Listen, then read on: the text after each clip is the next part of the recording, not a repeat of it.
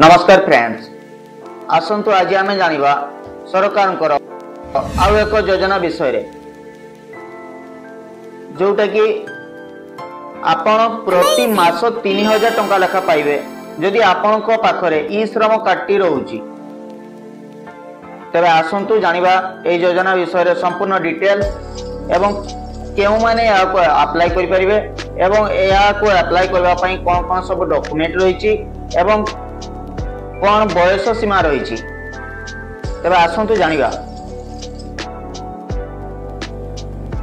एही योजना रे अंतर्भुक्त हेबा पई आपन को पाखरे ई श्रम कार्ड टी रहिबा निहाती आवश्यक एवं ता छडा Aadhaar card, mobile number, bank passbook एवं जोटा कि अधिक आवश्यक जानिबा आवश्यक जे बयस सीमा 18 रु 40 वर्ष होइतबा दरकार। 18 रु 40 वर्ष मध्य प्रत्येक व्यक्ति जो मान को पाखरे ई श्रम कार्ड रोची से माने ए योजना रो अंतर्भुक्त होई परिबे किबा ए योजना रो लाभ मध्य उठाई परिबे।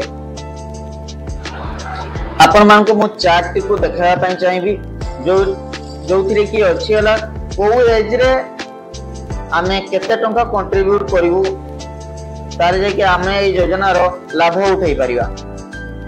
आपण मान को आ गोटे कथा जणाई दोची कि धरंतु हमर हला 18 वर्ष तबे हमर कंट्रीब्यूशन रहउची 55 टंका। ठीक सेंती गवर्नमेंट को कंट्रीब्यूशन रहउची 55 टंका। टोटल कंट्रीब्यूशन रहउची हला 110 टंका।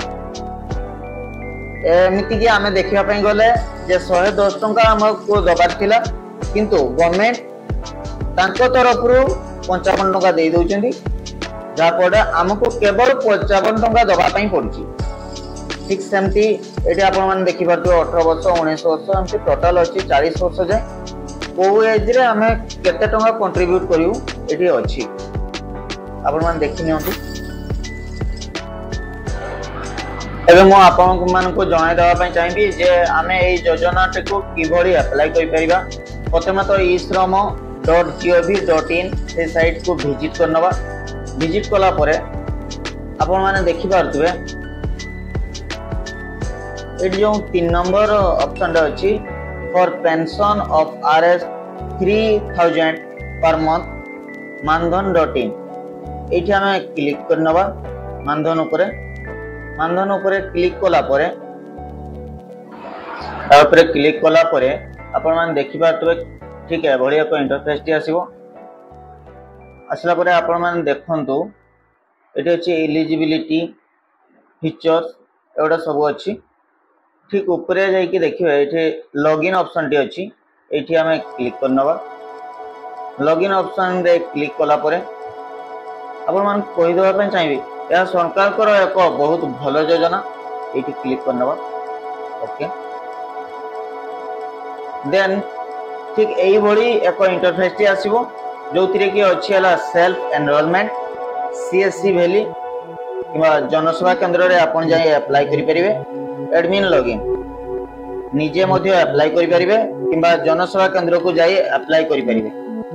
आपण को इच्छा निजे मध्ये करि हबो। सेल्फ एनरोलमेंट रे एठी क्लिक करनबा।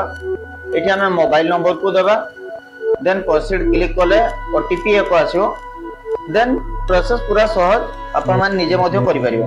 नले ए जो सीएससी वैली अछि एठी दे दैछि जे जनसेवा केंद्र को जाई मध्ये आपण माने अप्लाई करि परिबे।